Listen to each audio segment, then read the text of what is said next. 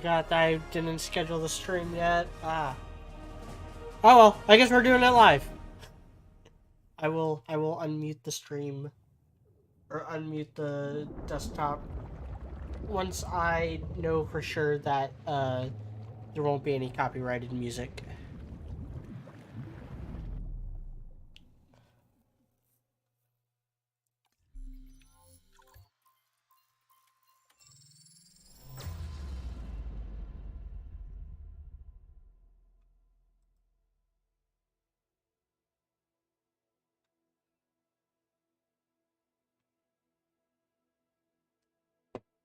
Oh, maybe I want to,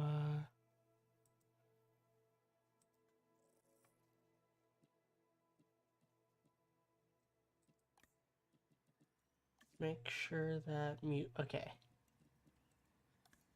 It's good to unmute. Now I guess I gotta share this. Man, it's so much easier to do this now that I have, 2 monitors.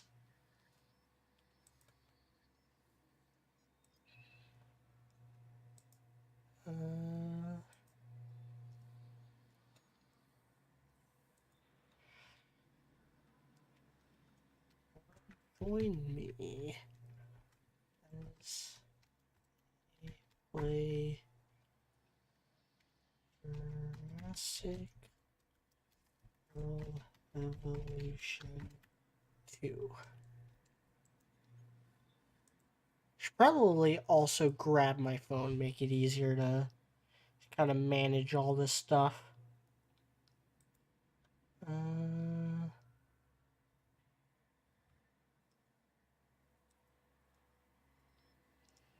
Okay, close that. I'm gonna grab my phone real quick and also grab something to drink. I will be right back.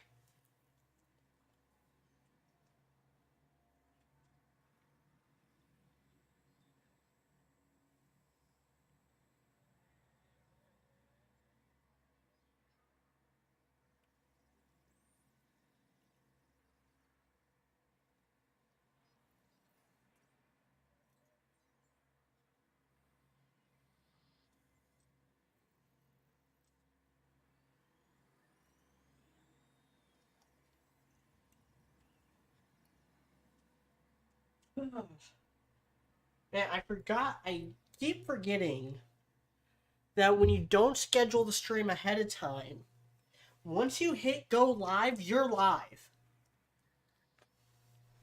Like, I keep forgetting that. I need to stop. I need to be better about actually scheduling streams and not just doing it whenever I feel like it. But when you're working 6 days a week, you can only stream when you feel like it. It's my day off. I kind of had a little power nap after I got home from work this morning. And I really only have a couple hours that I'm able to stream. And I feel like streaming. And I was actually originally going to stream Planet Zoo next time I stream. My stream's name was even going to be Animals Are Better Than People because, man, I've had a rough week at work. I just hate everybody right now. Just, not gonna get into that. Maybe later I'll share some anecdotes from my work life this last week. But then, literally, as I was, like, sitting down and being like, okay, I should probably stream. It's been a while. I haven't streamed since New Year's. No, I said I was going to stream at the end of January, and now we're over halfway through February. We're almost at the end of February, so I really need to do something for my channel. As I was doing that, a trailer dropped for the next DLC for this game, and it's going to be a Camp Cretaceous DLC, which I was hesitant to. That's something that had been theorized for a long time, even back in Jurassic World Evolution 1, and it just never came to fruition. And I was a little hesitant to be like, yeah, we might not get a Camp Cretaceous DLC, but lo and behold, the next DLC is coming out March 8th, and it is Camp Cretaceous DLC with Scorpius Rex, Monolophosaurus, new skin variants for Kentrosaurus and Ankylosaurus and Baryonyx, as well as something I've been wanting this franchise to have for a long time, and that's first person mode. On March 8th, regardless of how I'm feeling, I will be streaming that day. Day one, I will get the DLC as soon as it drops, and I will share that first person mode with you. But that's not the stream. I need to. There we go. Okay, now we're playing. So I'm gonna work on one of the parks I've been working on. Nothing super special. And I'm just gonna chill with you guys. Hello, Ultra Sniper X. I got God Eater 3 yesterday for the Nintendo Switch. Cool. I have not played any of the God Eater games. I don't know about it. Hello, Blade Charge. Hello, See Something. You're new. I made sure I don't have any plans tomorrow. Elden Ring, baby. I want to play Elden Ring. I don't think my computer can handle it. I don't think I have enough RAM. So that's something I'm probably gonna have to miss out on until I either get my computer super upgraded or I get a PS5 or an Xbox Series X and play it on console. This computer, it's powerful enough to play this game just fine, but this game is kind of pushing it for my PC, and this has much lower minimum requirements than Elden Ring does.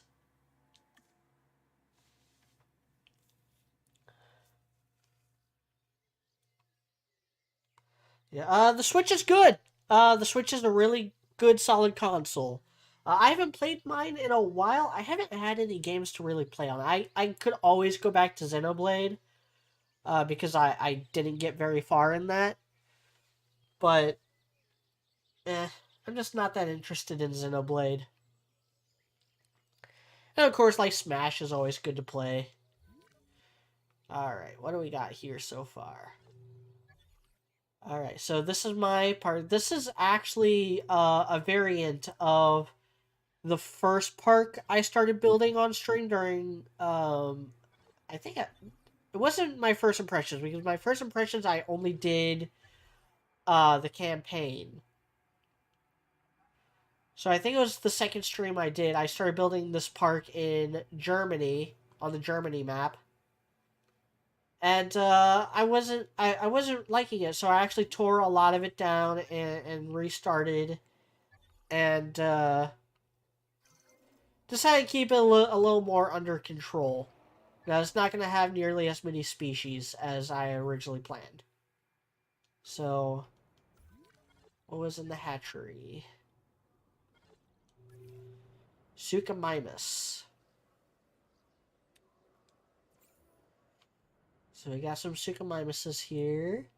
They're going to go... Don't remember where they were going to go. They're going to go one of these. So this one has... Looks like Zinjalsaurus.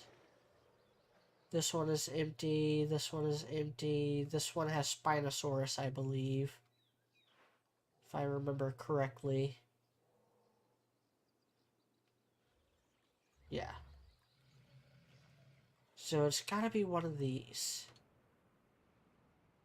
The other one's probably Baryonyx. I think Suchomimus is a little bigger than Baryonyx, so I'll put it there. So I do have a lot of the dinosaur requirements just turned completely off. It makes building how I want things a lot simpler. These guys are just kind of standing here. Oh, there they go. Okay, I was a little worried that I was a little worried that the game was kind of freezing up on me. Which never happens when I'm playing by myself, but you know, on stream, the computer is a little more stressed. I love the social animations in this game. It makes the dinosaurs feel so much more alive, even if they are just all canned animations. Alright, so we got Allosaurus, Triceratops, Torosaurus. We need Parasaurolophus, obviously. We also need all the Pachycephalosaurs.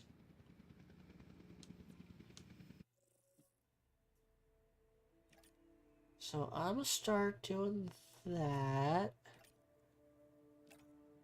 Could also do baryonyx. I'm just trying to remember what all I plan to have in this enclosure.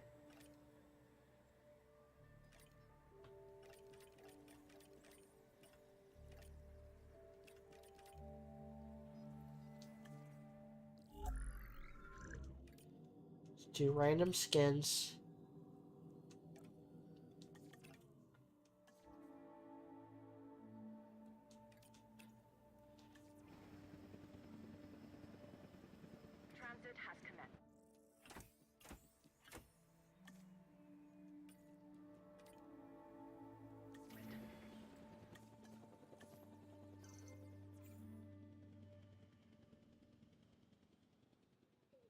Transport them near.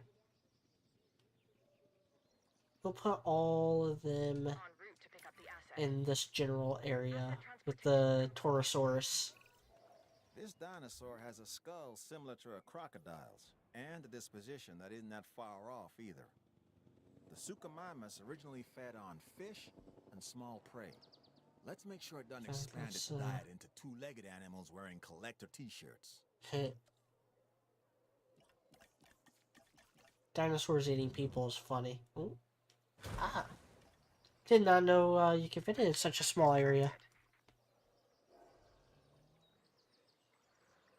See, something said, I tried planning these types of games, but I found I'm really bad at micromanaging. Also, are you planning on watching Jurassic World Dominion? Of course! King of a fictional school for wizards. Of course. I could have come up with that myself. The name, not the dinosaur. For that, we need the scientists. Asset delivered. My opinion is that I made it through Fallen Kingdom just fine.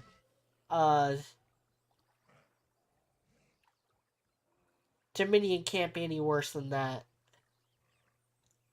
Not that I liked Dominion, or not that I liked Fallen Kingdom. Fallen Kingdom is awful. But I still, you know, it didn't traumatize me too much.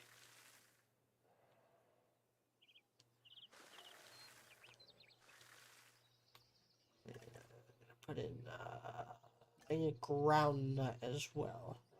Actually, is there one that has nut and leaf?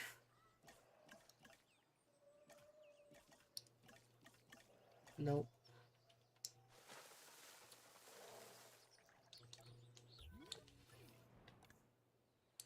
I don't have to get their requirements, but it makes the enclosure look a little more sprucier if I put in some foliage, and if I'm gonna put in foliage, it might as well be appropriate foliage.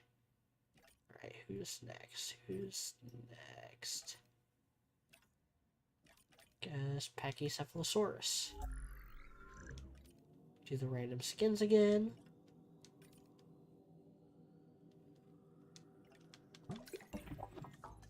Make them resilient. Again, it doesn't matter.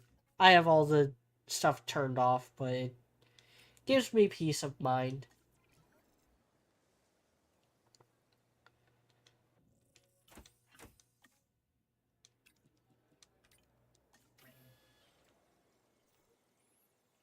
I guess I keep believing.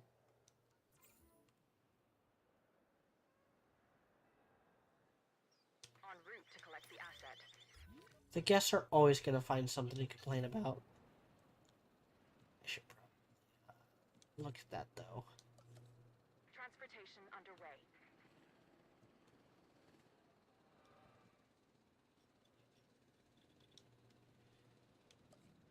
in transit.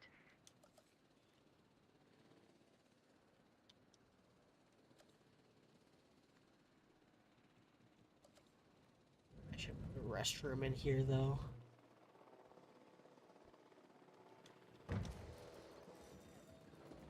Asset delivery confirmed. This is the Pachycephalosaurus, or thick-headed lizard in Greek, which is where it gets its name. Claire has accused me of being this dinosaur more than a few times. It's also an herbivore, so obviously she couldn't be more wrong. About me, I mean. I have synthesized. Hold on. Sandbox settings. Synthesizing failure off. Was it because I upgraded their resilience that not as many genomes survived? Ah, well. Only be a few seconds. Oh, so now it has like 10. I just need like 2. Let's get the 2 strong ones. Yeah, strong and defensive.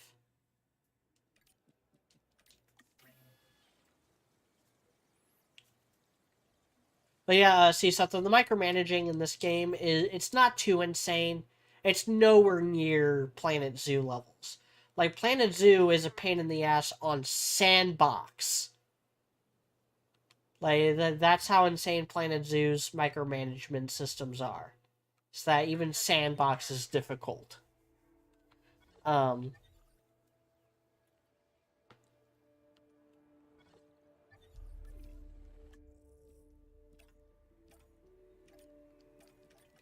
Sticky Mullet. Gotta make him sociable. Then Sticky Mullet.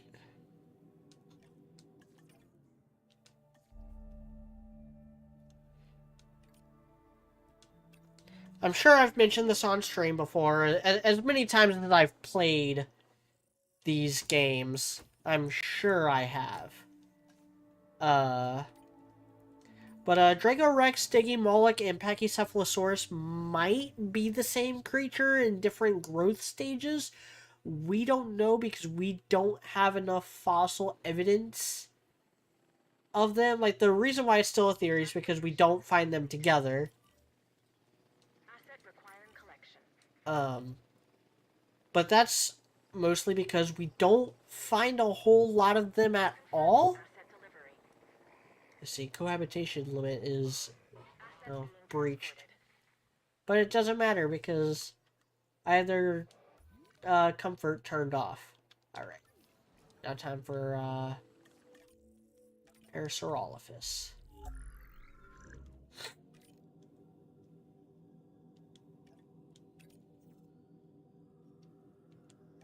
I tend to like the way Jurassic Park makes their dinosaurs look. I wish they made them more colorful, though. Like, a lot of my love for their designs is nostalgia.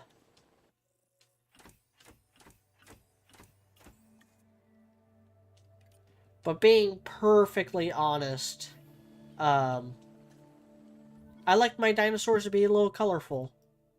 Asset transportation underway. Look at the Suchomimus. Well, I picked a really bad example. This is like all black, I think, right? He's yeah, Svalbard, blank pattern. But like, look at this guy. Look at this guy. And it is one hard-headed dinosaur. It has an armored dome, crowned by horns. Despite this, it's a social and relatively docile animal, unless threatened. Then steer well clear of it. This dinosaur can do a number on its enclosures and bash its way through any number of obstacles. Hiding in Take that into trees. consideration when you're planning its environment.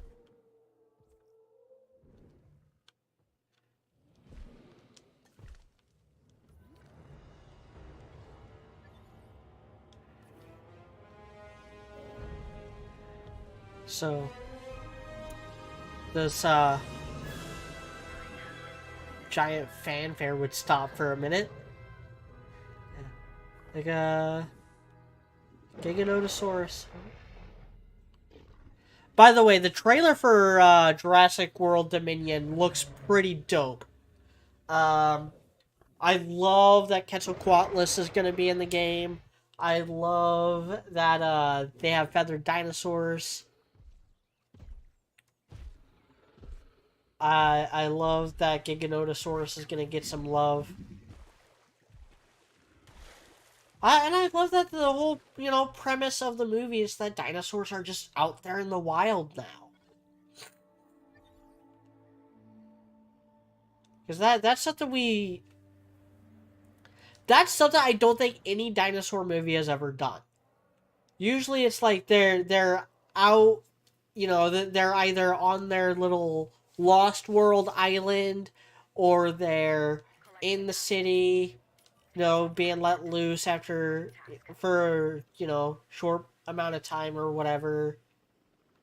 Like, we never get a dinosaur movie where they're just out in the Rocky Mountains or the Yosemite National Park or wherever.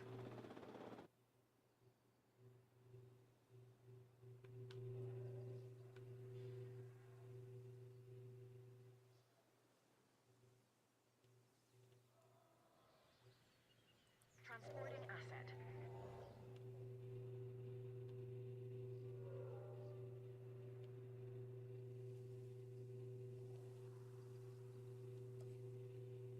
This is gonna need ground fruit, I think. So I'm gonna go ahead and put that here.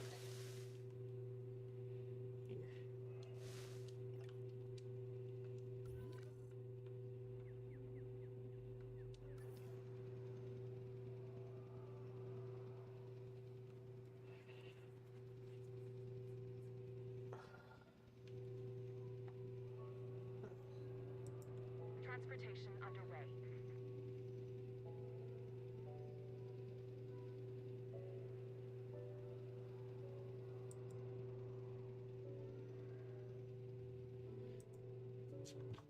Just let you know, I will delete nonsense comments. Like this Safar Bakir guy just tried to post what was probably a spam link that YouTube automatically blocked, so he spaced it out. I will delete stuff like that just as soon as I see it.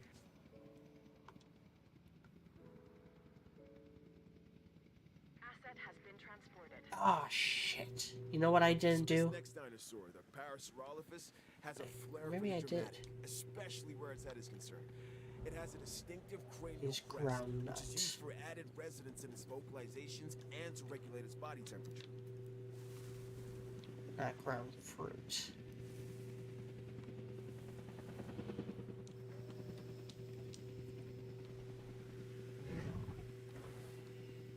This is definitely not a default pattern. Asset has been collected.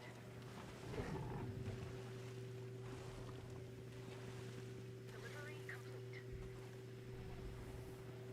Okay, yeah. I thought I might have forgotten to do the random cosmetics again.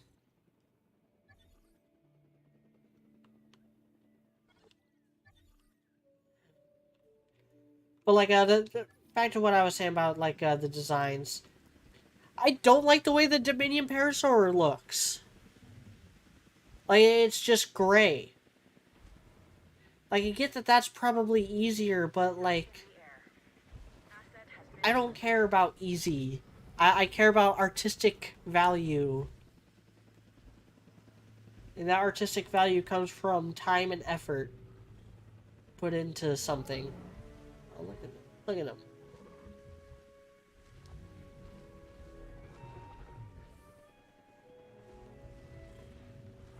Oh, you're so cute.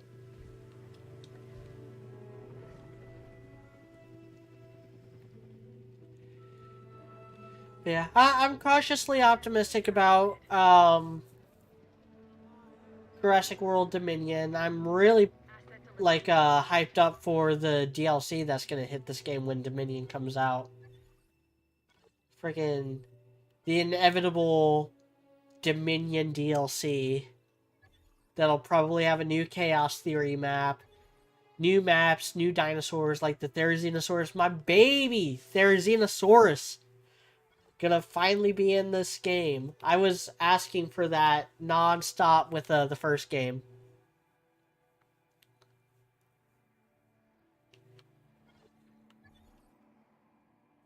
See, there's one more carnivore I was gonna put in here, but I don't remember what.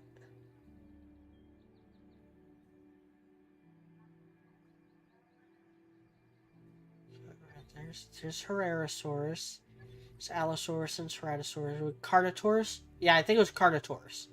Yeah, I was gonna have Carnotaurus here. And then Suchomimus and Baryonyx together. Alright, let's do that.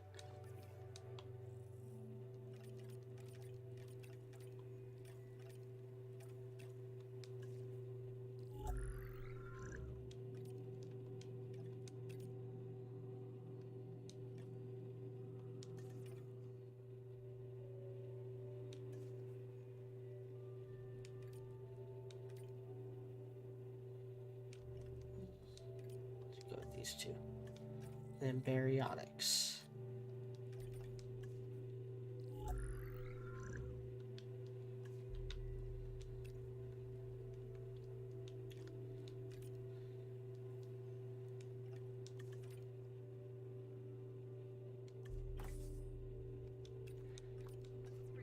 So I guess since while we're here, I should probably catch you all up on some of the stuff I've been doing. Quint Breakdown Part 9 is coming along very slowly. I vastly underestimated how long that script is gonna take me.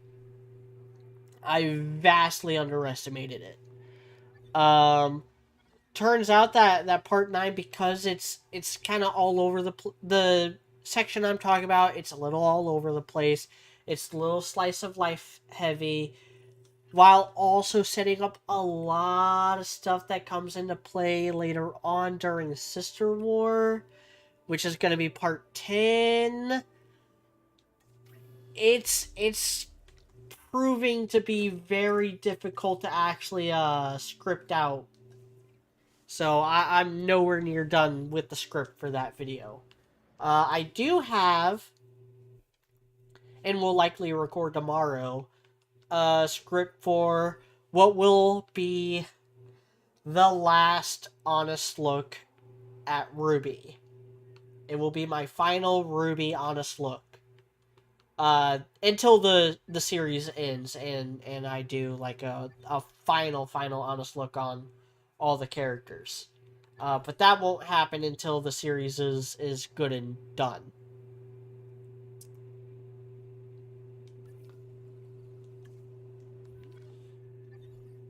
Other than that, I've been, I talked about this on Twitter, but, I got into Attack on Titan. I've said some pretty nasty things about Attack on Titan, and I stand by every single one of them.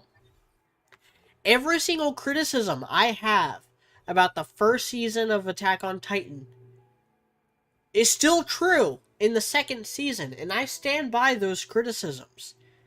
Season 3, cut the crap.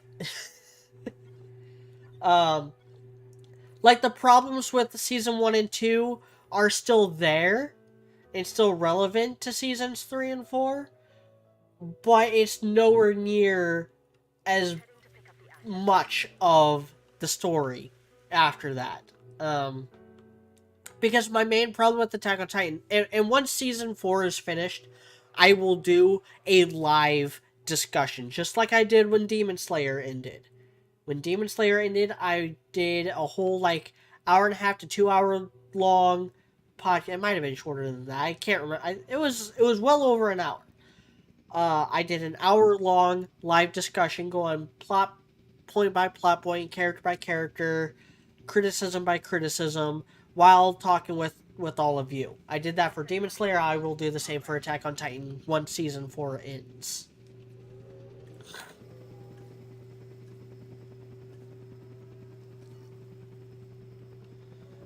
But my main criticism of Attack on Titan has always been that it's predictable, and not being able to predict something, that's not a bad thing. That just means that's being set up. But Attack on Titan tries to have a mystery without any of the diversions that you see in actual good mystery stories. Commencing asset transit. It just has hints, and it is really heavy-handed with those hints, to the point where and I can't be alone in this, I was able to predict. I should probably rewind. I watched the first season when it first came out. This was back in like 2012, 2013. I watched it. I was able to predict every major plot point in seasons 2 and 3.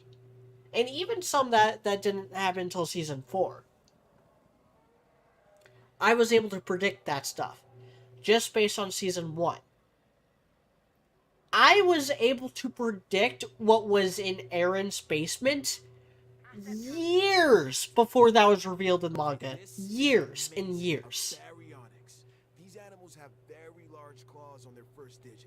This Now, part of that's because it's the same exact plot twist from M. Night Shyamalan's The Village, when but finding still. out a suitable habitat for it. The Baryonyx was originally thought to be a scavenger, but now, with live animals to study, we can find out for sure. Wait, Barry, hold on. Yeah, no, I think that was just BS flavor text Confirming that he asset just said security. there.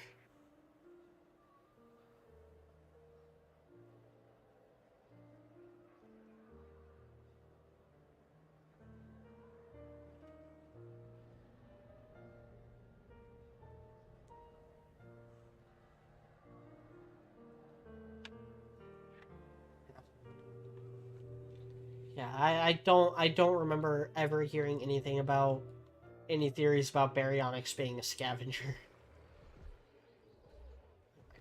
Croco boys. Oh, he's got like a little blue streak. This guy's green.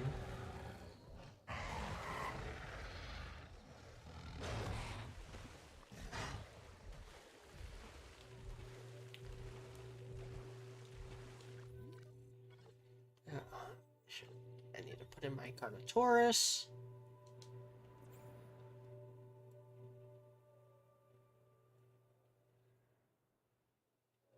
Heading to collect I wonder how they're going to handle having Quetzalcoatlus in this game. Because it kind of put him into perspective a little bit. Quetzalcoatlus is as tall as these trees. So, like, he's much larger than any other pterosaur.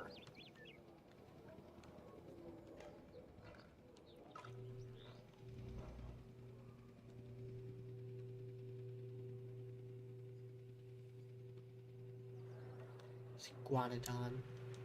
One of my favorite dinosaurs of all time. I didn't get it in an Iguanodon statue.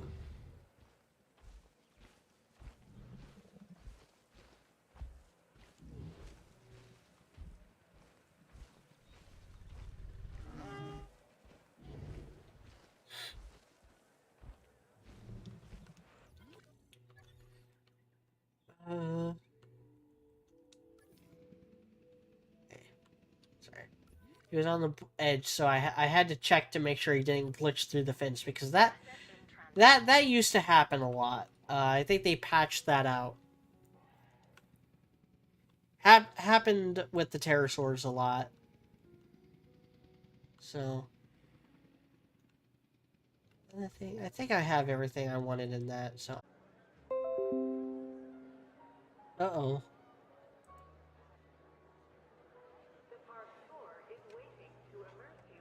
asset has been transported. Nice, Carnotaurus. You could recognize this predator immediately by the horns on its head, which give it a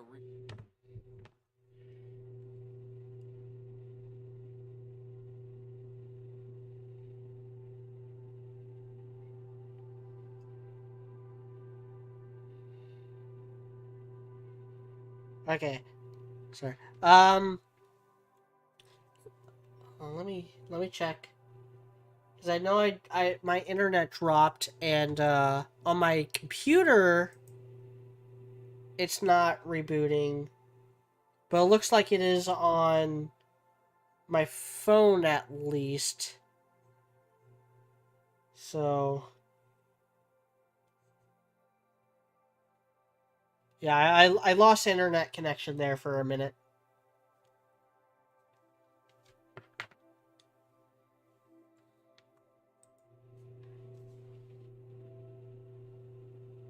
Real rock and roll appearance. Those powerful legs can get this dinosaur moving as well. So Okay, probably yeah. best I'm to stay definitely out of back this one. now. This dinosaur is so metal.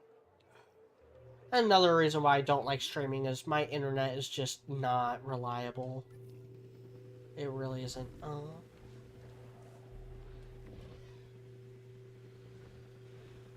I completely forgot what I was gonna say. Probably something about. I know I was talking about Attack on Titan a little bit. Know what I'm gonna do? I don't think I've ever done this.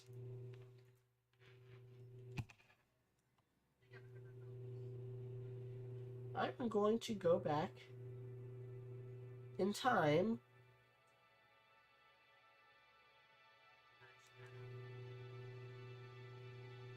Oh, I was talking about the patch. How the pterosaurs would glitch through the aviaries. Okay, so y'all didn't miss anything. Y'all didn't miss anything. I noticed it pretty immediately.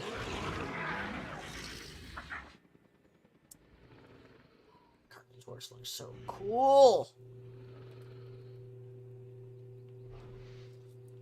Now, it kind of helps with Carnotaurus that he's such a relatively recent find. You know, we discovered Carnotaurus back in the 90s. So he never had to go through the same, like, weird tail walking phase that other large theropods did. And the skeleton we did find was so well preserved. Like, these, little dermal plates along his back, we know he actually had those. Those were actually well preserved.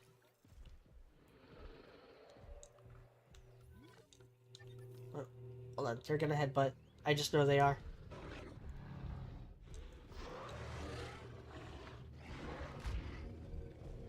Ah, and the dust came off them. Ah. So good. Such a good game. Such a good little attention to detail that Frontier had.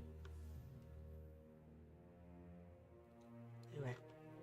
What I was gonna do is wait for one of these park tour vehicles to come out. I can increase the vehicles. Yep. Then just ride around in it.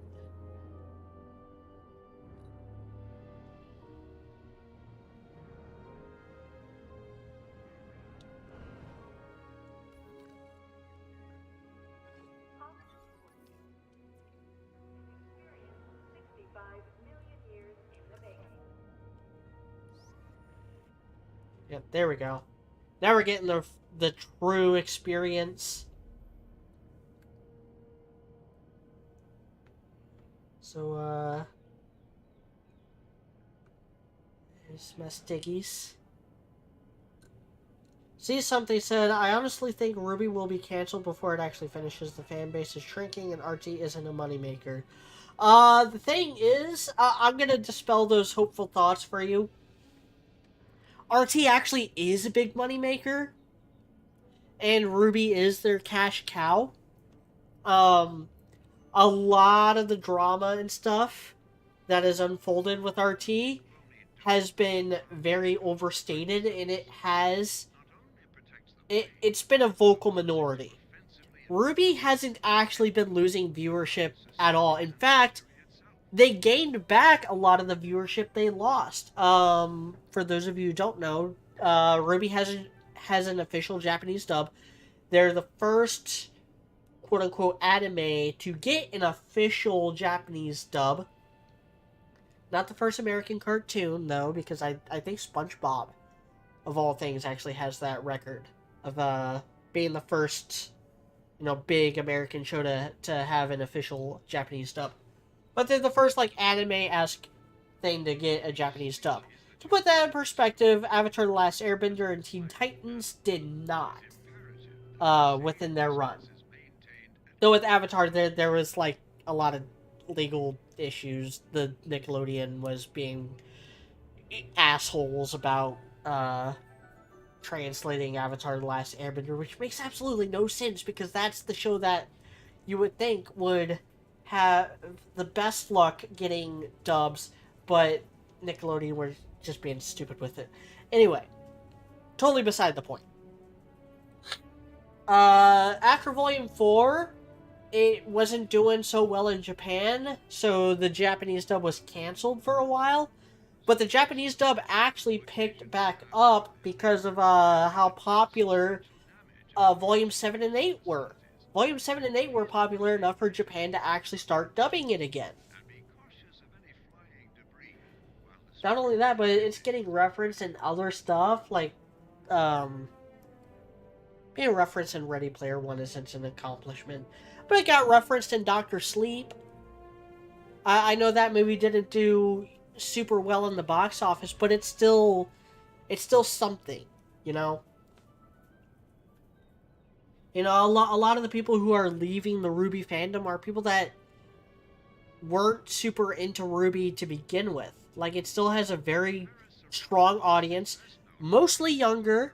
Like, it has the younger audience for it, you know, people who aren't living on Twitter are still way into it. It's still making big time numbers for reaction channels that are starting to get into it now.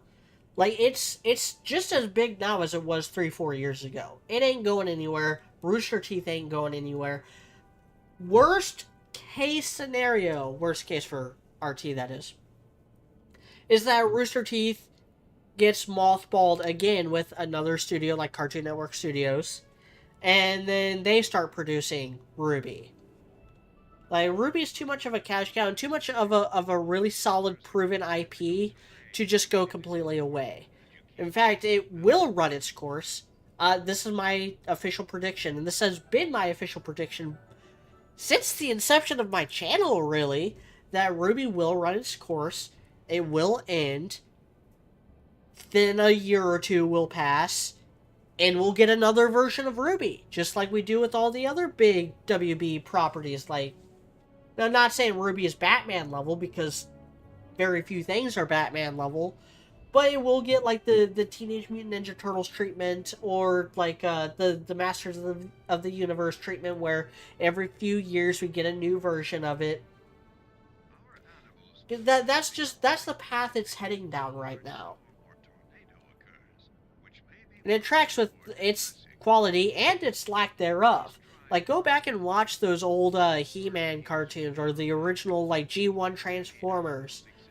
Or even Teenage Mutant Ninja Turtles, which I think is the best of that bunch. You know, that 80s toy commercial cartoon bunch. Even that is, the pales in comparison to, a few of the versions of Teenage Mutant Ninja Turtles that came out later, like the 2003 version, which I think is the best version of TMNT. We try to make your visit to the park as safe and memorable as possible. However, strong storms have been known to occur here, so we have measures in place to protect our guests in what could prove to be dangerous and unnerving conditions.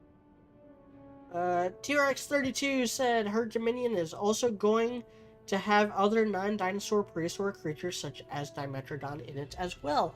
I heard Dimetrodon is in it. I saw some, like, concept art, I think, of Dimetrodon being in it. But in the trailer we have, I believe it was supposed to be a Lystrosaurus. Now, Lystrosaurus is a mid to late Triassic therapsid, which are kind of like stem mammals, and it would have lived alongside early dinosaurs like Herrerasaurus and Eoraptor, albeit in different parts of the world.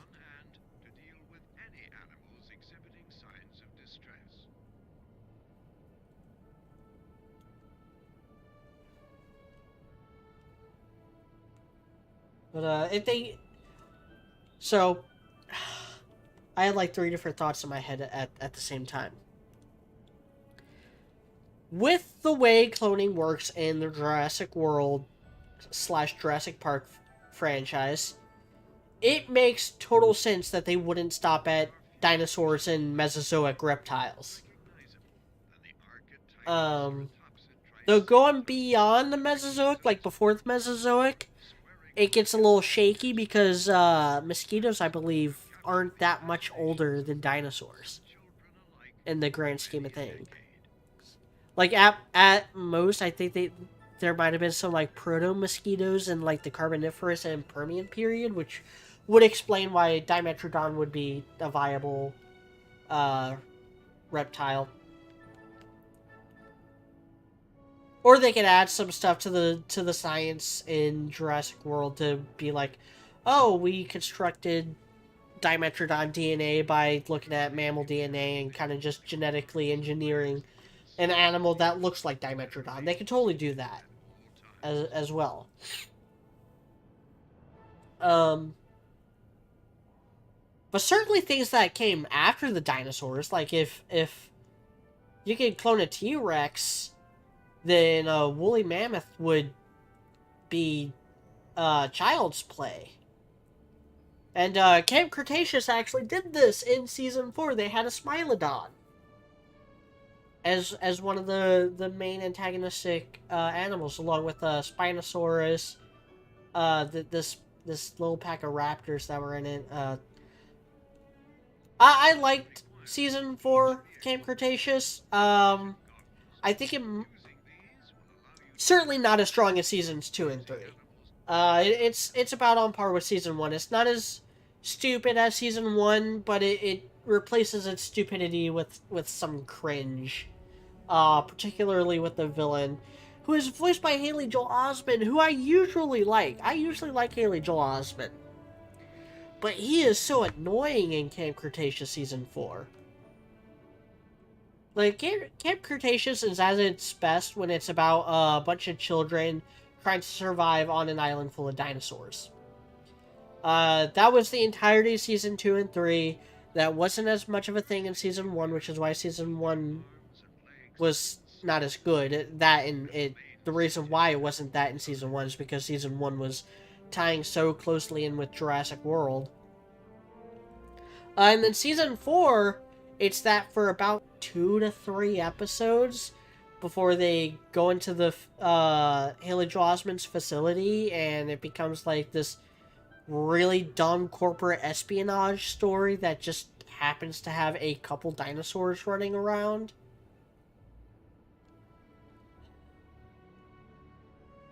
I would love this so much.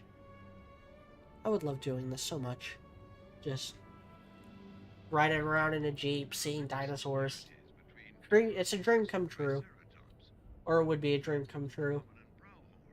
And a shorter nasal horn. They also originated from very similar locations within North America.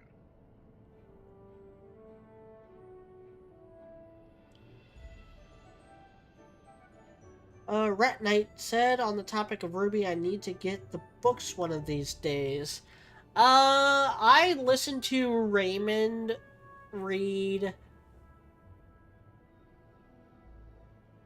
the first one. Now, I kind of take for granted that, you know, he and I share, the same circle of friends and therefore a lot of the same audience, but for all, like, one of you who would possibly watch this video without knowing who Raymond is. There's Raymond McNeil, aka the Celtic Phoenix Productions from Team Frostbite and the Frostbite Reactions with Batman and Dashie and British Ninja. He did streams where he would read the RWBY books, and I listened to the first one in its entirety. I started listening to the second one, and I kind of got bored with it. So I never finished it.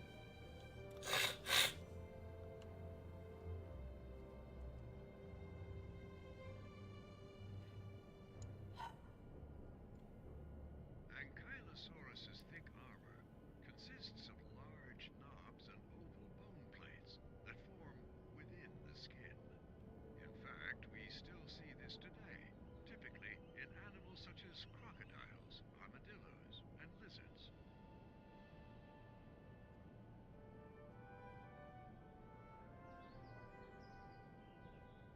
It's a Torosaurus.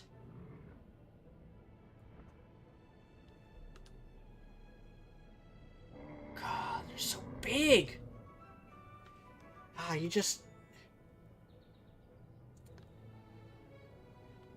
sometimes forget how big these animals were. And other times you forget how small they were. I would really like it if Corridor or someone did like a size comparison video. Because there's a lot of size comparison videos that exist out there, but they always compare to like this default human or this or themselves, which doesn't really give you a good sense of the scale.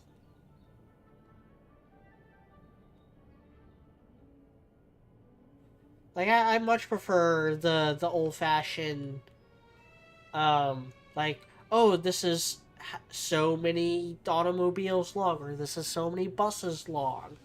This is as tall as like 3 phone booths. Yeah, stuff like that. So I feel like that gives you a better idea of just how big these animals are. Sticky Moloch.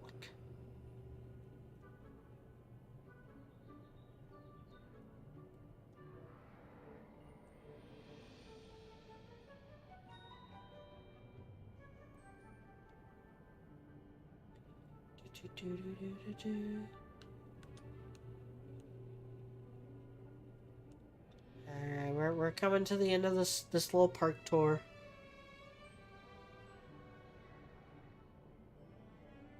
When the fossilized remains of Parasaurolophus were first discovered, it was believed to be a close relative of Renee said, I think when it comes to the book, I'll probably get the one about Team Coffee and Vacuo.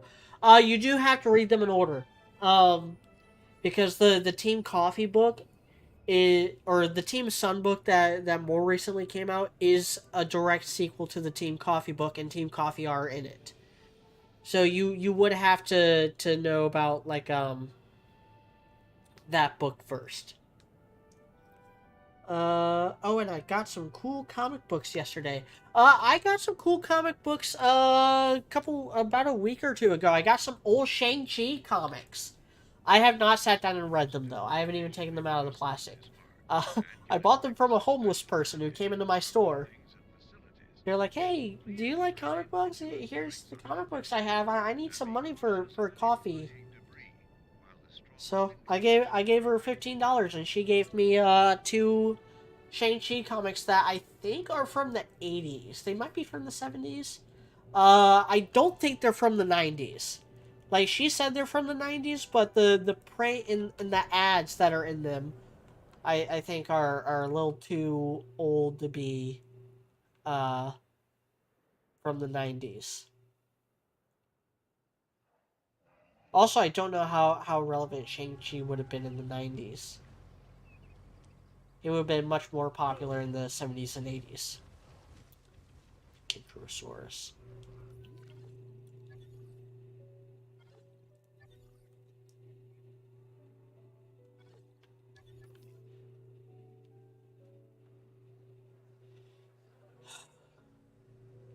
I can't wait for first person mode to come out.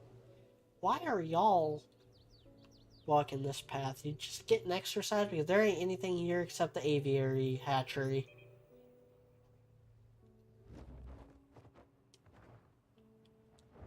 I got Tapajara. Is that the only thing I have in here?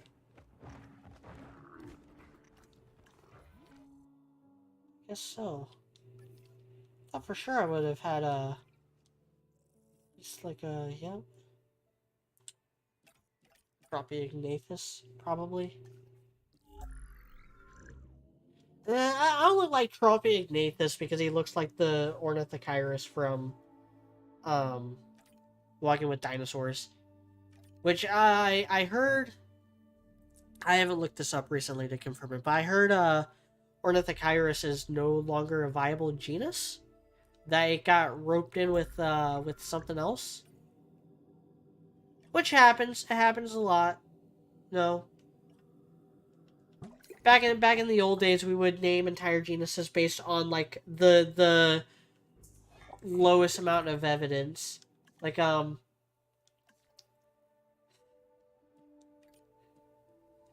this will probably make you sad, but Troodon. Troodon is no longer a viable genus. And that was a very popular dinosaur. But no, now it's actually like something completely different.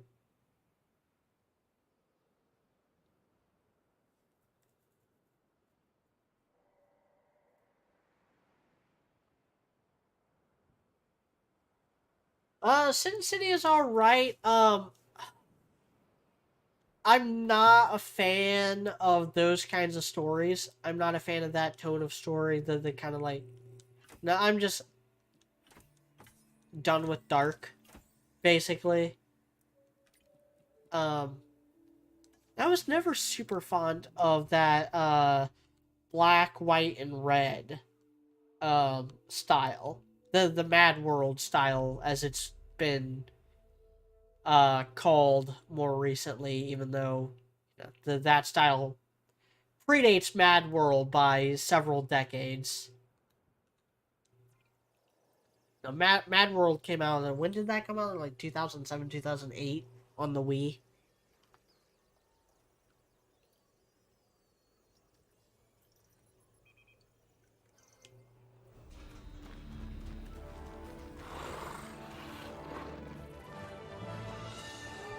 I'm not sure about you, but I've not seen anything like this before. Check it out, the Sungariptors. This pterosaur would use its curved jaws like a crowbar, leverage shellfish out of the mud before cracking them open with their blunt teeth.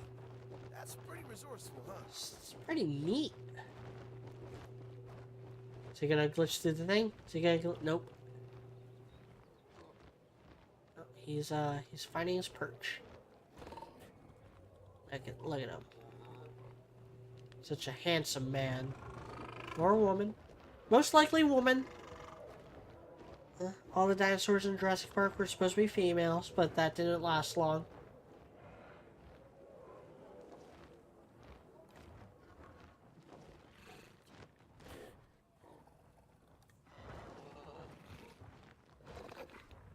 I think Tropiognathus is my favorite of the pterosaurs, though.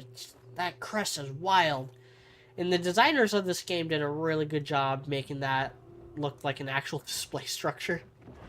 You see in so many movies and stuff where, the pterosaurs will have, like, these massive elaborate crests and then they just be brown or gray. Like, that's so dumb.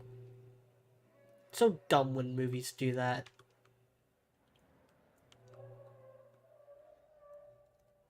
Right, I said, okay, good to know and nice. I got a Lone Ranger and Punisher comic. Oh, I already read that. I already mentioned Sin City. I haven't read a whole lot of Punisher comics. And I have not read a single Lone Ranger comic. I'm familiar-ish with the show. And I saw part of the really shitty movie that came out a couple years ago.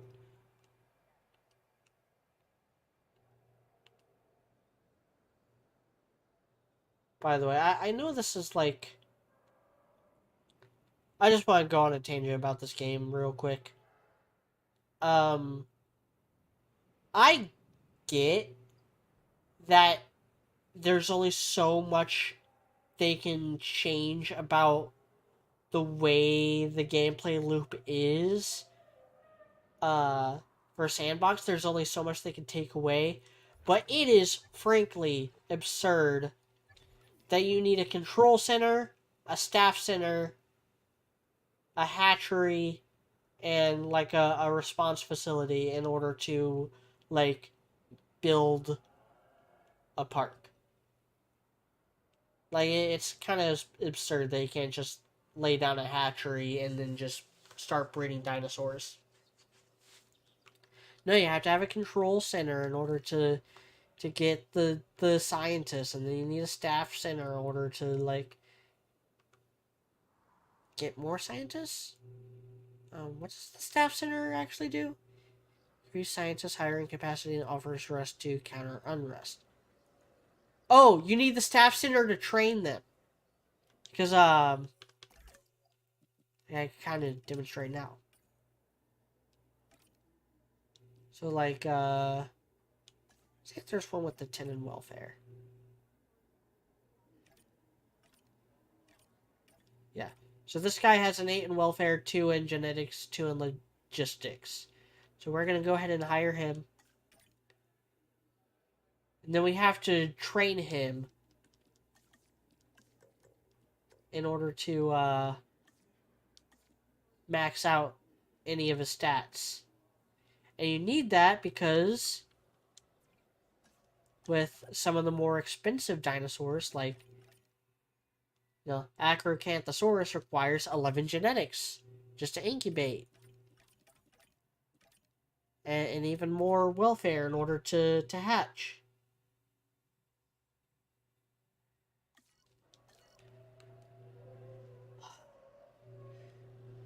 Rat Knight, no, I have not heard about them changing the Punisher logo. Why would they change, like... why would they change something like that? It's just a skull. Like, if they just change the shape of it a little bit, fine, sure, whatever. Batman does it every year, it seems. Like, there's like 50 different versions of the same bat symbol.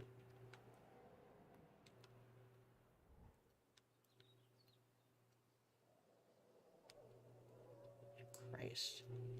This was worth a lot. I don't like whatever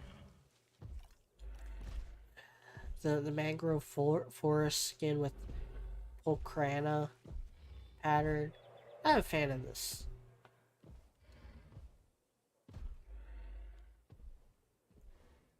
Whatever. It's still Spinosaurus, and Spinosaurus is awesome. Do I have Carcharodontosaurus in this park? I do. Let's keep an eye on him for a bit.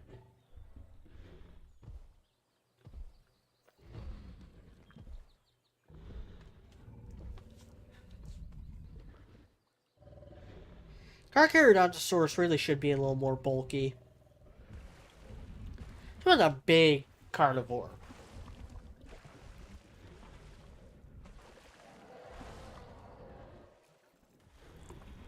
You know, very much T-Rex size.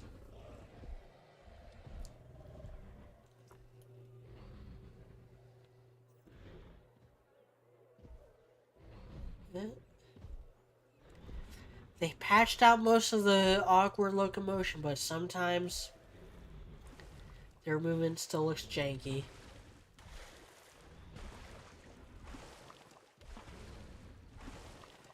God, the audio design in this game is so top.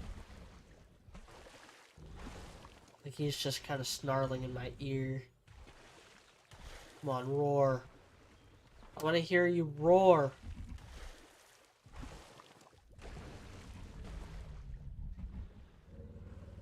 Not looking away from you two until one of you roars.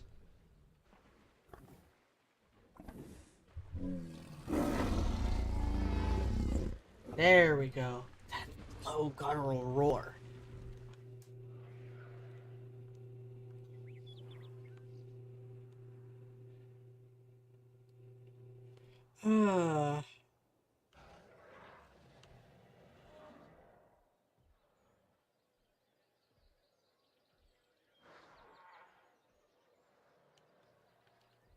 Oh, if they're doing some like weeb stuff with Punisher and they're just giving him a weeb version of his logo, that's fine.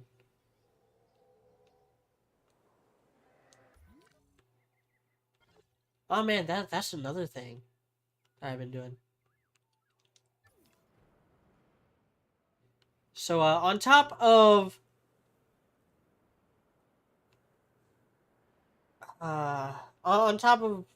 catching up on Attack on Titan's anime and watching that week to week now, I started revisiting Bleach. And that's another one where once I watch all of it again, I will probably do some kind of video talking about it. I want to get through all of it before the Thousand Year Blood War arc starts later this year. I got a long time before that happens, so it can be done. And I kind of want to use that video as kind of a primer for Thousand Year Blood War.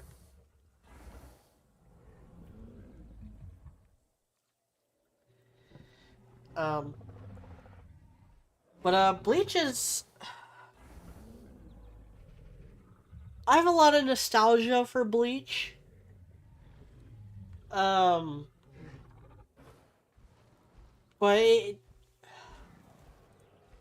it's another one, kind of like Naruto. When I first revisited Naruto years and years ago now, I didn't realize how much of my own writing tendencies came from Naruto. I'm noticing a little bit with Bleach as well. A little bit of my writing tendencies with Bleach. Which is a little concerning, because I don't like Bleach nearly as much. It's nowhere near as good as Naruto or One Piece. It is the weakest of those three. But there is good in there. There are good characters and stuff. It's a lot of fun. He clearly has some level of, he clearly planned a lot of it out. You see that with the first arc, and just how much that first arc introduces that remains relevant for the remainder of the series.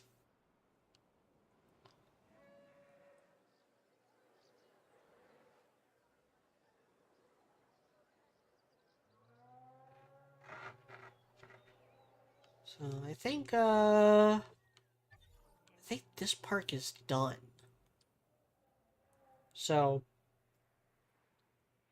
I'm not going to stop the stream. I'm going to refresh this, though. That's still not working.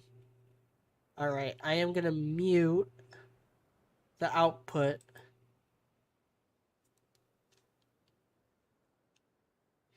Because, one annoying thing about this game for me is that, I should save.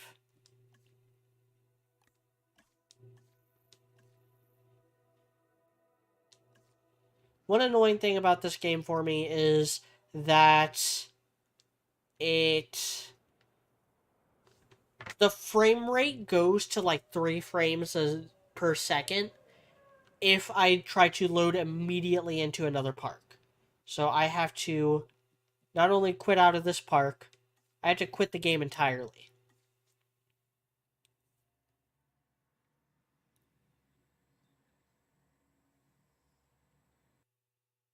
And then show you my One Piece background here.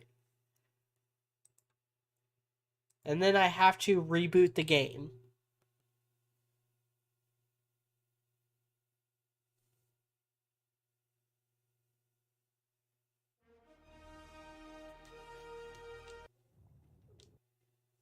Okay. Now I can load another level.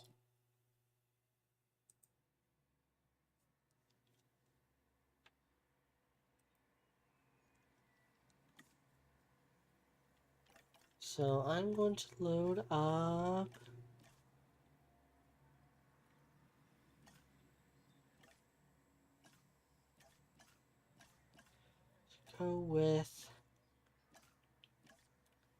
Let's go with the movie part. This is actually my favorite part that I built. And it is finished. So this is just going to be another chill, like, kind of look around. Kind of like the last 20 minutes have been. Not anything for me to add here. This is a completed park. The basis of this park is that it's every dinosaur that has appeared in the movies. And for anything that appeared in multiple movies, I went with the closest thing I could to the Jurassic World equivalent. So I'm doing a park for every movie. And I tried to recreate a bit of Jurassic World's look with Main Street leading to the Innovation Center, leading to all the different paths and stuff. Here we got Mosasaurus, one of the largest aquatic predators. Well, I guess, you know, when you think about it, the blue whale is technically a predator too, because it eats a bunch of krill, and krills are living animals. So technically, the blue whale is a carnivore, and the blue whale is much bigger than even this gigantic version of the Mosasaurus. This actually looks pretty spot on for Mosasaurus. It's just about 30% too big.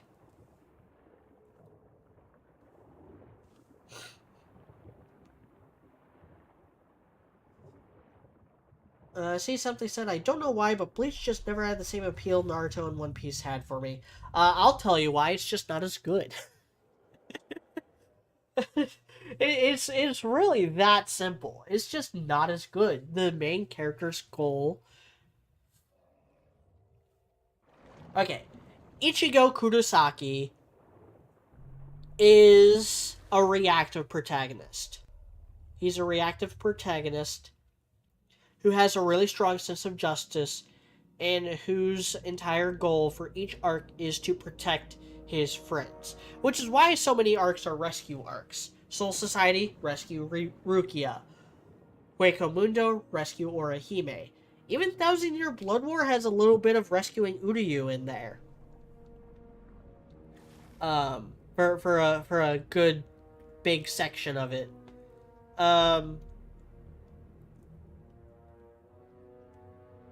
I like Ichigo.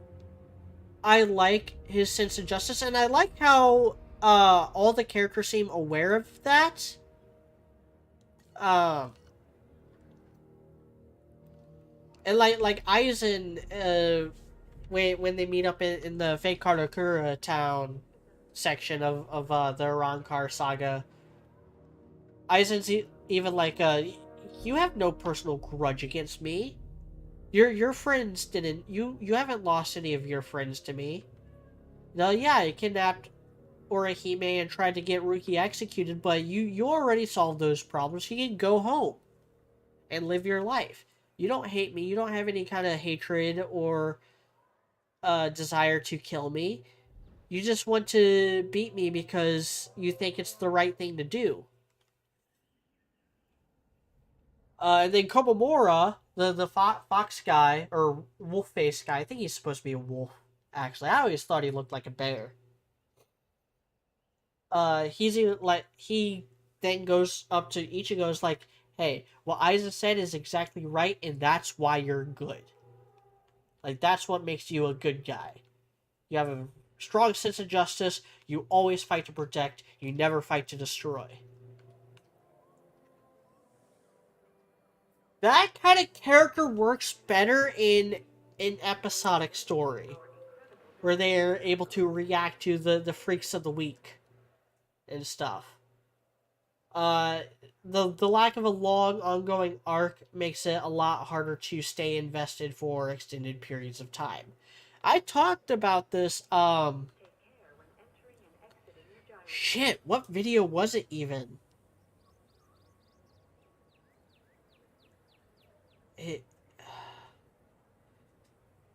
I feel like it was one of the first One Piece videos I did, where I talked about, how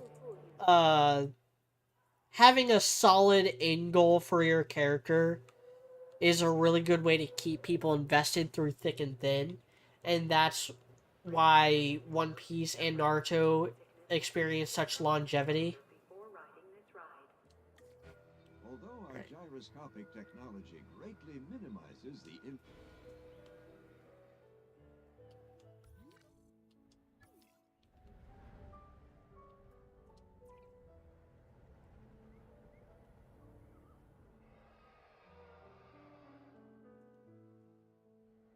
Just want to drive this gyrosphere, or ride it, while I talk.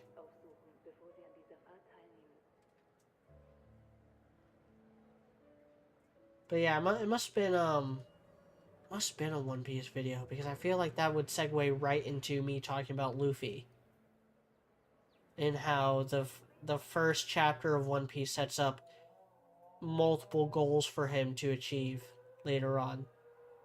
I think the gyrosphere is actually,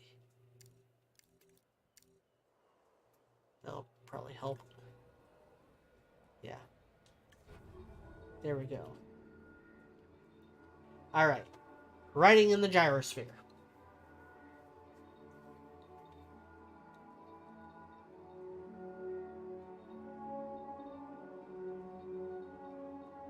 But yeah, like, knowing what's gonna happen in Bleach has been quite the experience. Because I'm gonna just lay this out there. I don't know everything that happens in Thousand Year Blood War. I started reading it. I started reading it before the anime was finished. Because I distinctly remember reading the Fullbringer saga as well. The Lost Agent arc, I think, is what it's officially called. Small degree of advance warning, allowing us time to relay any important instructions to our park guests. So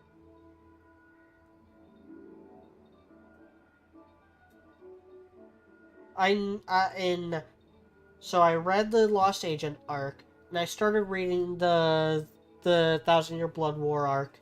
About 20 to 30 chapters into that arc, I started getting frustrated and bored with how it was developing its plot, and how it just felt like a rehash of the other major arcs in Bleach's history, the Soul Society arc and the Hueco Mundo arc.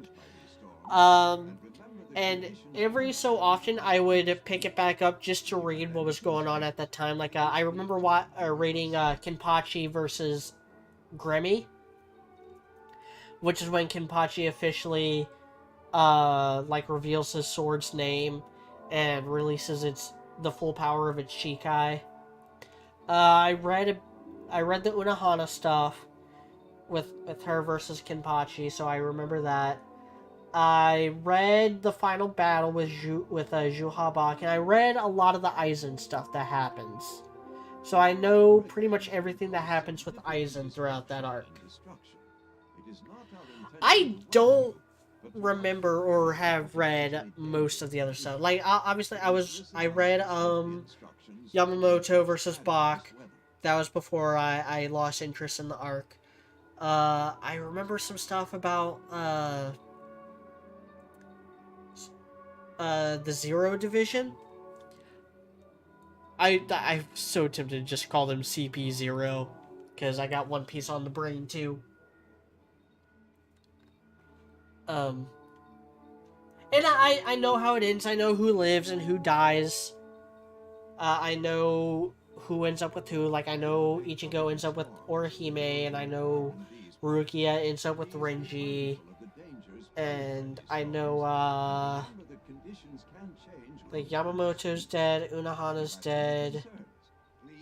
I think Komomura died as well. As did Ukitake. I know Ukitake died. Shunsui becomes the new head captain after Yamamoto dies. I think Soifon's still around. I think all of the Visors are still around. There's some Gallimimus. About time we saw some dinosaurs in this dinosaur game. The name Gallimimus means chicken mimic. Yes, it does. Similarities that its neck vertebrae bears to galliforms such as turkeys, pheasants, and of course chickens.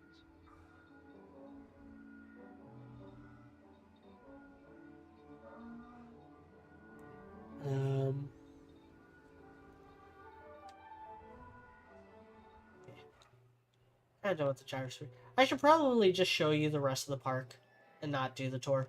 So, this giant gyrosphere tour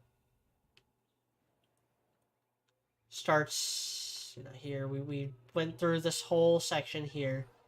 It still has all this, all this, all of this. and then it starts looping back around. But I have it separated by movie. So we have all the Jurassic JP1 Gallimimus here.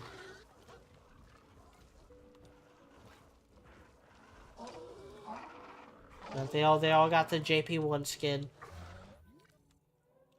Then we have Brachiosaurus in the JP1 skin.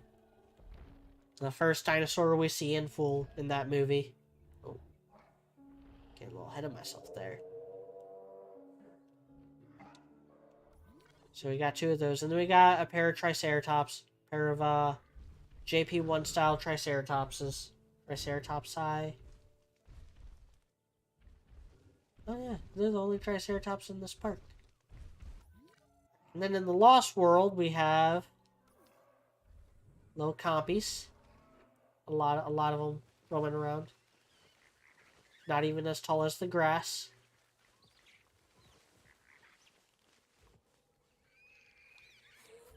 We have Stegosaurus, obviously. Again, in the 1997 skin.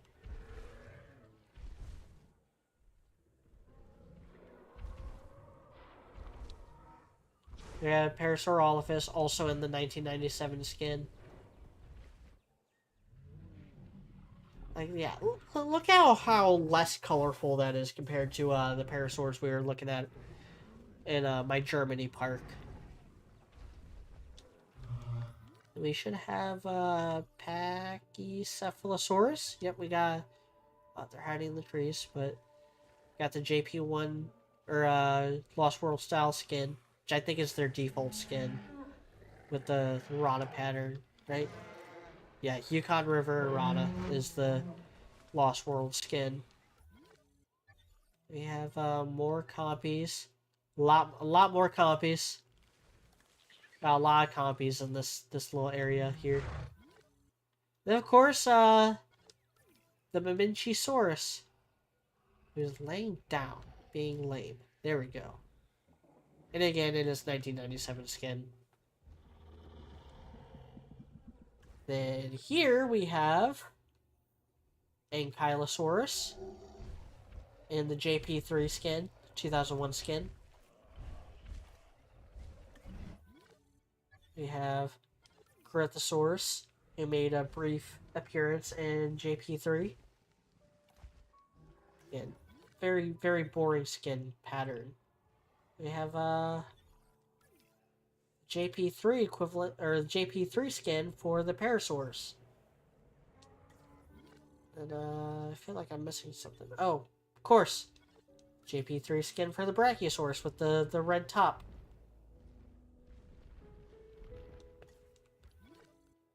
Then of course we have the Jurassic World / Fallen Kingdom section, which includes Sticky Mullock in their default skin.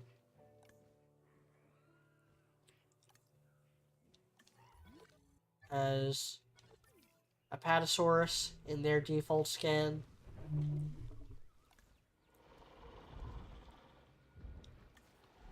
Sinoceratops, a couple Sinoceratops. I don't like the Jurassic World version of this guy. There's no reason for there to be horns in the frill. It's defensive and display structure that should be like adorned with very vibrant, colorful patterns right there. So frustrating. And yeah, that's it for the Gyrosphere tour. Move on to the aviary. We have the Dimorphodon, and we have the Jurassic World style Pteranodons. Along with the JP3 Pteranodons. A couple of them.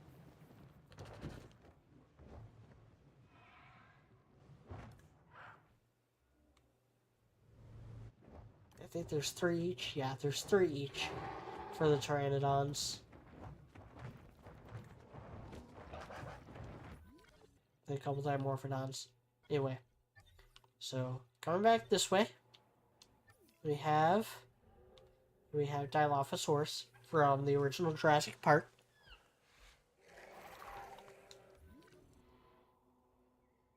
The reason why there's so many little symbols here is because I really mapped this out to be a perfect circle. It was a pain in the ass. We have Raptor Squad. I believe we have Echo. They're in the trees now. I'm gonna wait for them to clear out of the trees.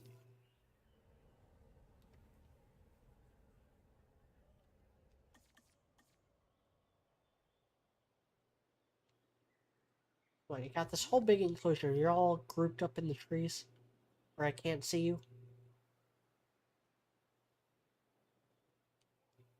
While I'm waiting for them, here's Indoraptor from Fallen Kingdom. Which I really like the way it looks. I like it as a monster, but it's not a dinosaur. Kind of just defeats the whole purpose of the movie. Anyway, this is Blue, obviously. We have Delta. We have Echo. And we have Charlie.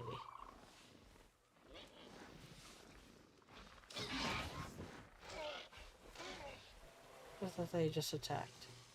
It was Delta he just attacked.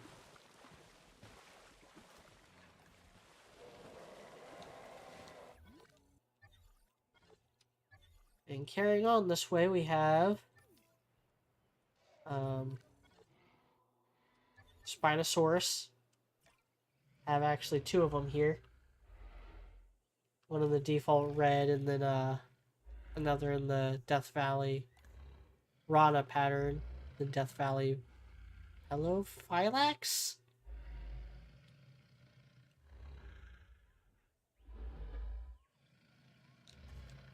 We have...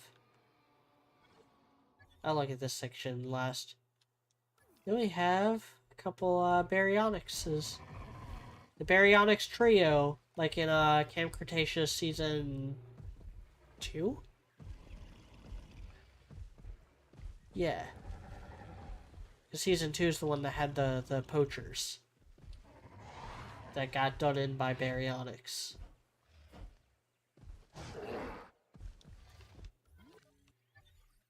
And here we have Carnotaurus. Looking fly.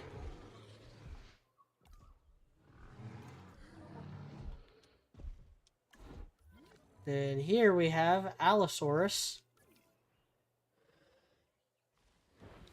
I think is... Yeah, he's actually by himself. Well, there's two Allosauruses in here. Then we have what is actually my favorite enclosure, as I put in this hill.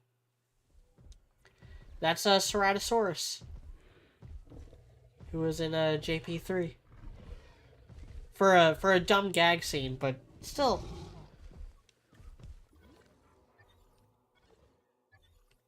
Then we have the big guys. So here we have T-Rex, and this is the JP3 skin. We have the 1993 skin.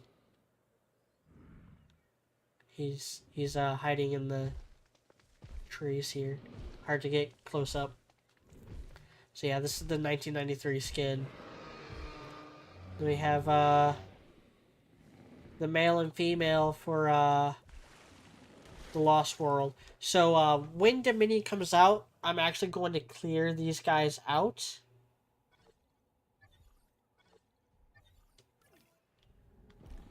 This is just the default, right? Yeah. Or I think this is just a random skin. So I'm actually going to clear these three out and put the Dominion version of Giganotosaurus in here instead.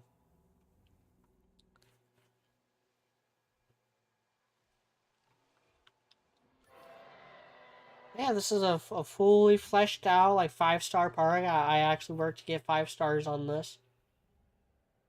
And this is the main area. And this is our star attraction, the Mosasaurus. He's got the highest rating.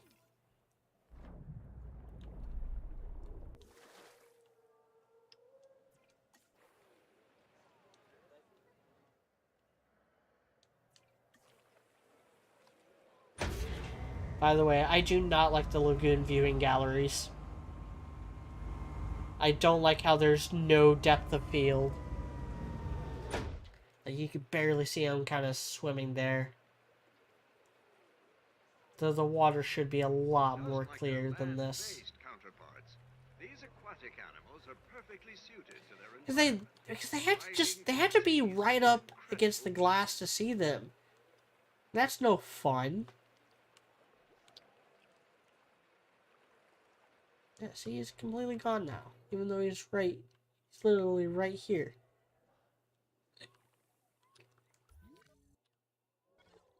Oh, there is one other one. Obviously. Can't believe I forgot about him. Indominus Rex.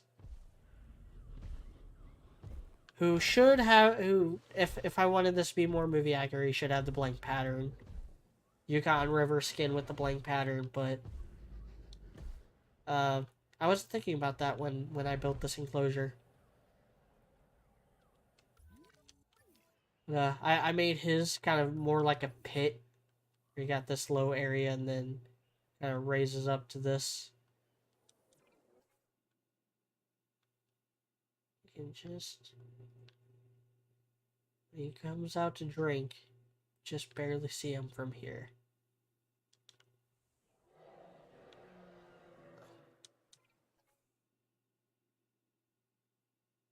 Huh. Oh, he is like perfectly behind that tree, isn't he? Yep. He's being perfectly blocked by this little bit of tree. Probably see him better from here. Not much better. He's laying there.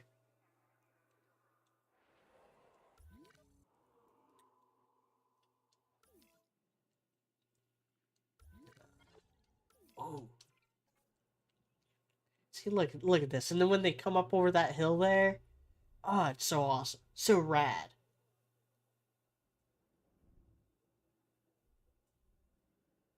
Sniper Nick said, I like Bleach. I was such a huge fan of it, and I watched all the arcs since early 2017. Yeah. On this watch through, I decided that I'm going to give every filler arc a chance.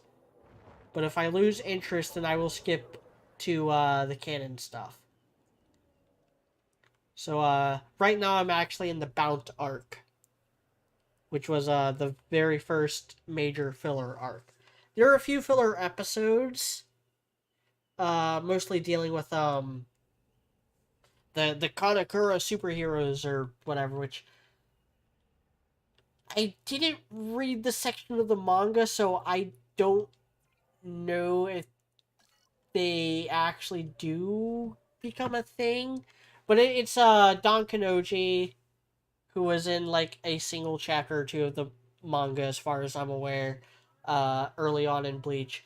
It's him. It's Ichigo's sister Karin, and then Jinta and Ururu from the Urahara shop. Ururu's one of those characters that always interested me. I was always interested in her, especially after she kicked ass in the Arankar arc. Like she fucked up one of Grimjow's fractions.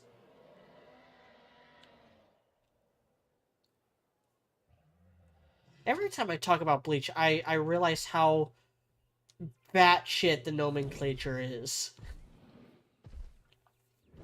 Like, Shimigami, Zanpakuto, Sanite, the Gote 13, Keto Core, the Central 46, which is probably the most normal of all of them. No. The Urahara shop, the Mod Souls. What the fuck are the fake bodies called?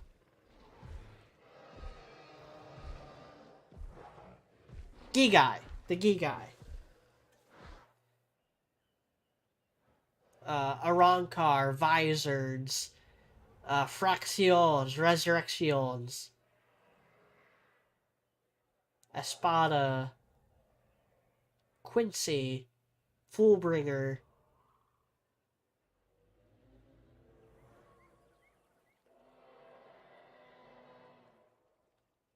I love the ambient noise. This is my favorite part because of like views like. Let me actually turn on capture mode. I'll pause it. Views like this. This is a good view. Like this is a good park. I love the layout of this park. I love that, I love how much force I put in. The fact that it looks like a little town surrounded by wilderness.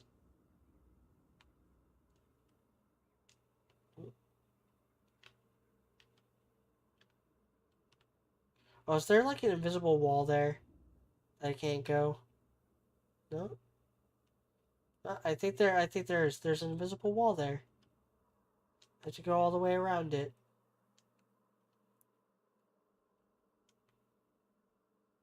Yeah, like just a snapshot of the park.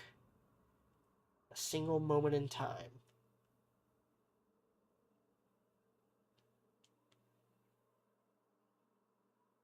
I like all the dinosaurs in the trees. No, there's one. There's one finally. But he's going into the trees.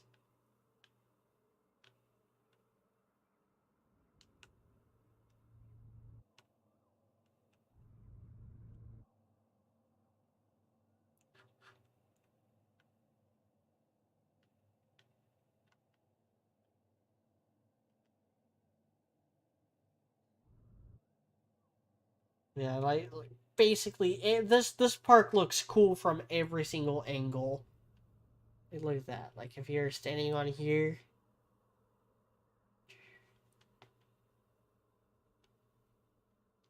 or if you're on the lagoon's edge.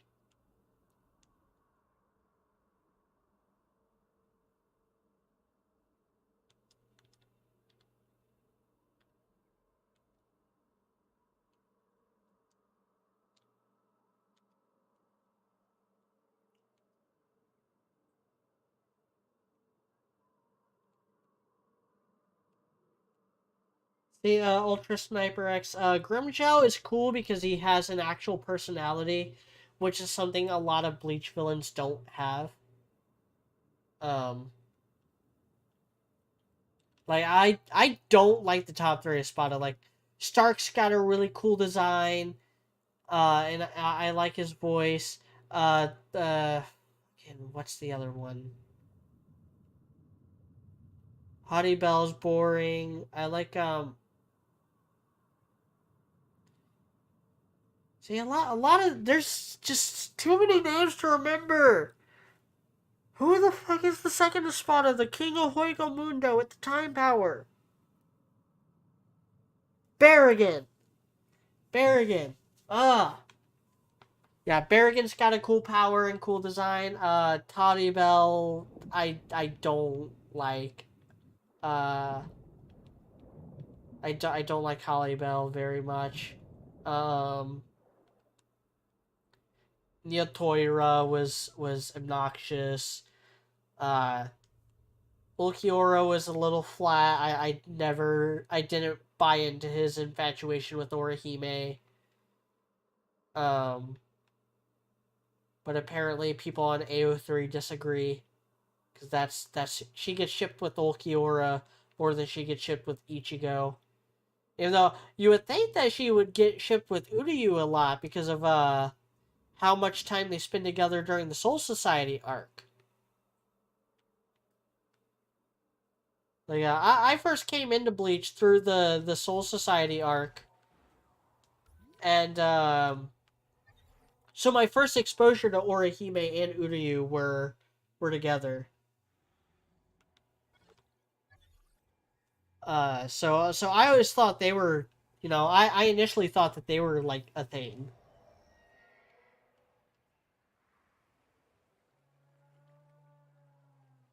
And that Ichigo's thing was going to be with Rukia. Like my initial prediction was that like Ichigo was gonna end up with Rukia and Orihime was actually gonna end up with the Uryu. But at this point, I don't even know what happens to Uryu at the end. I don't know if he's alive or dead or what. I don't know what role exactly he plays in the Thousand Year Blood War. Like I know he kind of joins the Quincy's for a bit, you know, as you do, and I'm pretty sure he throws down with Ichigo at some point. Like I'd be shocked if he didn't.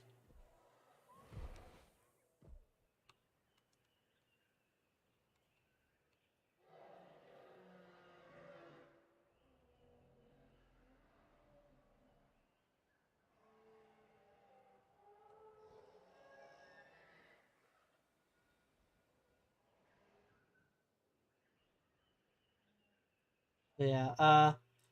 Well, one of my kind of criteria of like, if I remember the character's name, that means that they had like an actual impression on me. Because if they don't leave an impression on me, then I will only refer to them as like whatever title they hold or whatever role in the arc they play, or sometimes like a physical description.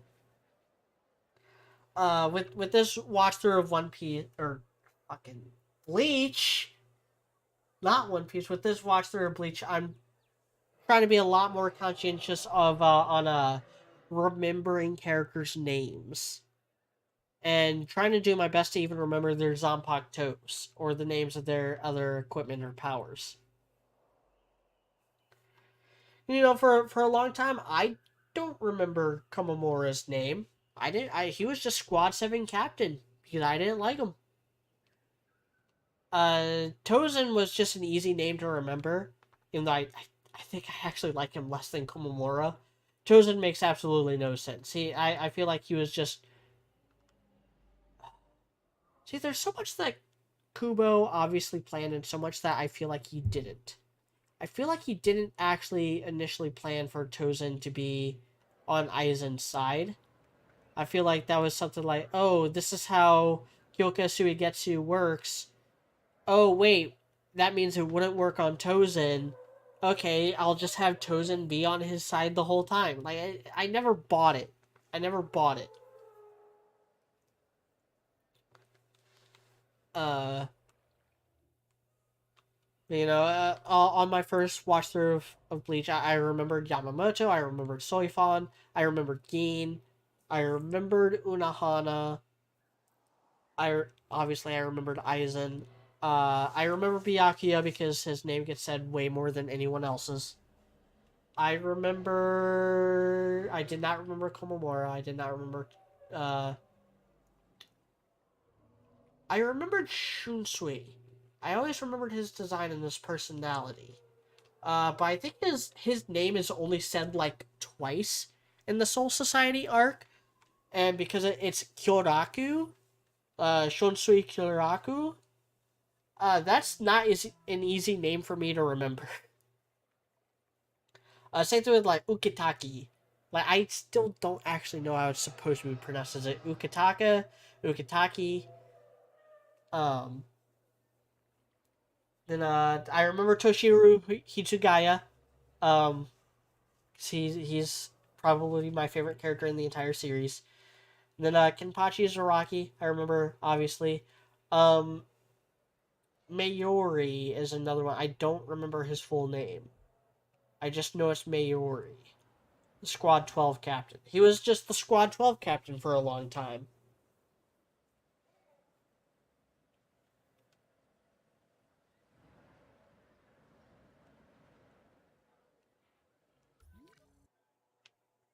But yeah, like as far as the Espada go, I only ever remembered Stark, Berrigan, Haribel, Okiora, Yami, and Grimjow. I don't remember. I to this day I don't remember the ninth Espada's name.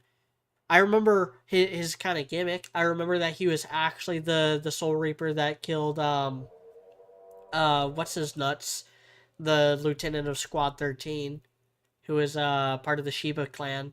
and like a mentor to Rukia. And so I remember he ended up having that same that Soul Reaper's power, his Zanpakuto and stuff. I remember the eighth Espada was all about like toxins or whatever, and he got done in by Byakuya. And I remember the seventh Espada had like the voodoo doll things that he would crush, and Squad 12 Captain was able to counter him by just having spare organs.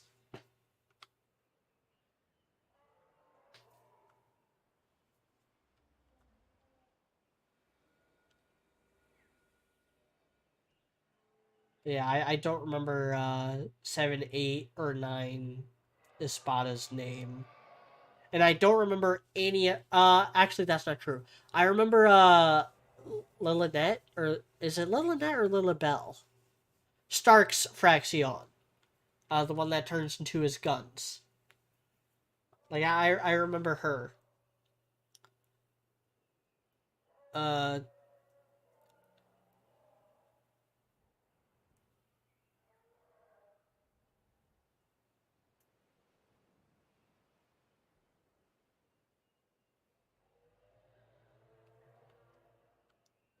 yeah. And like I don't remember any of the I don't know yeah, I remember Grimmy because I actually read that. As far as the Quincy's go, I know Yu Habak, obviously. I know Grimmy because I actually read that fight. I remember Basby because that's just a cool name and I liked her power, and she is also gorgeous. Um, definitely got some of that step on me please energy. Uh, and I remember. Wasn't there one that was called like Ask Not or something? And Mask something like Master Mask or something like that with the Stern Ritter, the Quincy version of the Espada.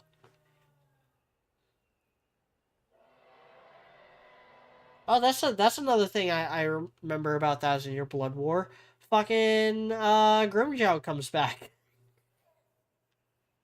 Sorry for spoiling it for any non manga readers, but yeah, Grimjow is actually still alive, and him and Haribel have taken over Hueco Mundo and actually help out the Soul Reapers. Like Grimjow saves Udahara from a pretty bad situation.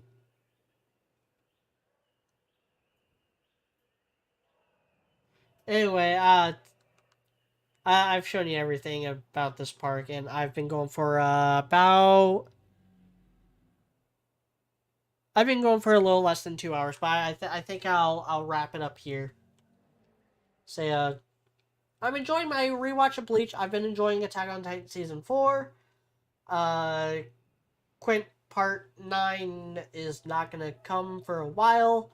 An honest look at Penny is going to be coming relatively soon. I will be streaming again on March 8th. That'll probably be my next stream. Uh, I might stream something else in between. I do want to start doing a Psychonaut stream. Because I've been talking about wanting to do that for a while now. And I do plan on streaming Planet Zoo someday. You know, eventually. But until then, until next time, thank you all for watching.